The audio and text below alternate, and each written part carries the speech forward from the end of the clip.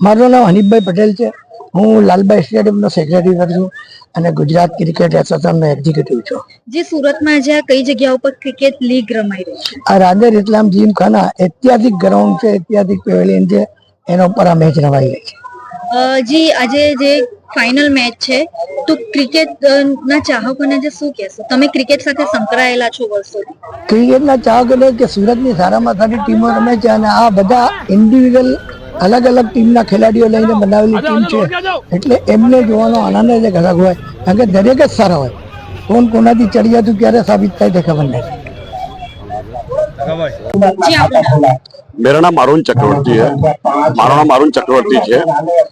હું કિમમાં Cambay info ટેકનોપેક માં working કરું છું as chief administrator, head HR and legal.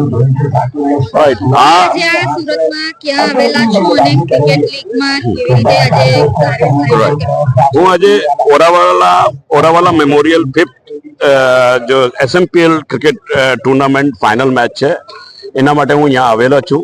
और एक બહુ મોટી વસ્તુ છે કે મારે બહુ એન્થુસિયાઝમ છે કે મારે મુનાફને જોવાનું છે, બરાબર, મારે કાકુને જોવાનું છે અને સદ્દામ. આ લોકોને વિશે મેં હું બહુ સાંભળેલું કે આ લોકો બહુ સરસ ક્રિકેટ રમે છે, પણ હું કોઈ દિવસ મને ઓપોર્ચ્યુનિટી નથી મળી કે હું આ લોકોને જોઉં. તો આજે મારે માટે આ બહુ સારા દિવસ કહેવાય કે હું यहाँ છું આ લોકોના સામે હું જોઈ શકું છું.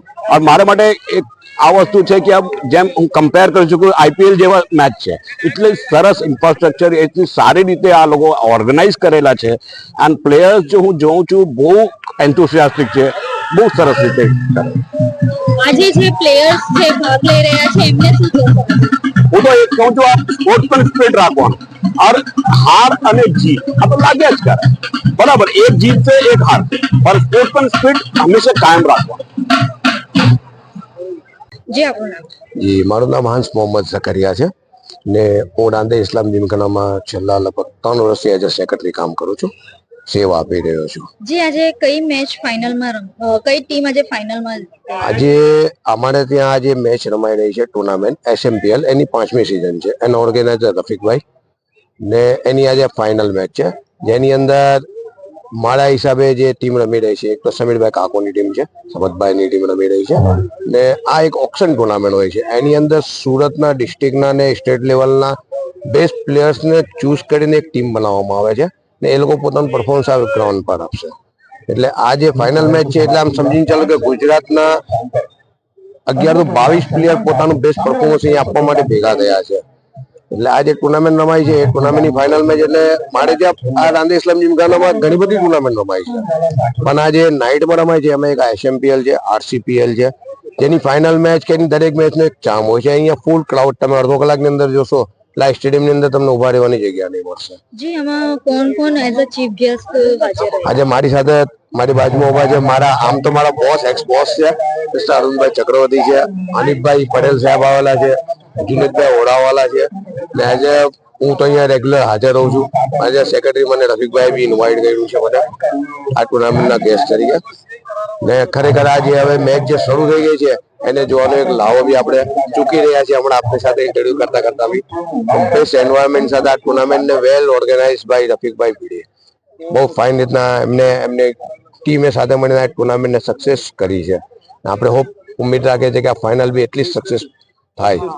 જી, યુવાઓ ક્રિકેટ તરફ આકર્ષાય એ બાબતે શું કહેશો? યુવાઓને ક્રિકેટ, હું તો સૌથી પહેલા કે યુવા સ્પોર્ટ્સમાં પહેલા તો ઇન્ટરેસ્ટ લઈ લેવો છે, કેમ કે આજે ઇન્ડિયન ગવર્મેન્ટ અત્યારે ખેલ મહાકુંભના રજીસ્ટ્રેશન અત્યારે બસ કમ્પ્લીટ થયા છે, તે ખેલ મહાકુંભ હવે સ્ટાર્ટ થશે.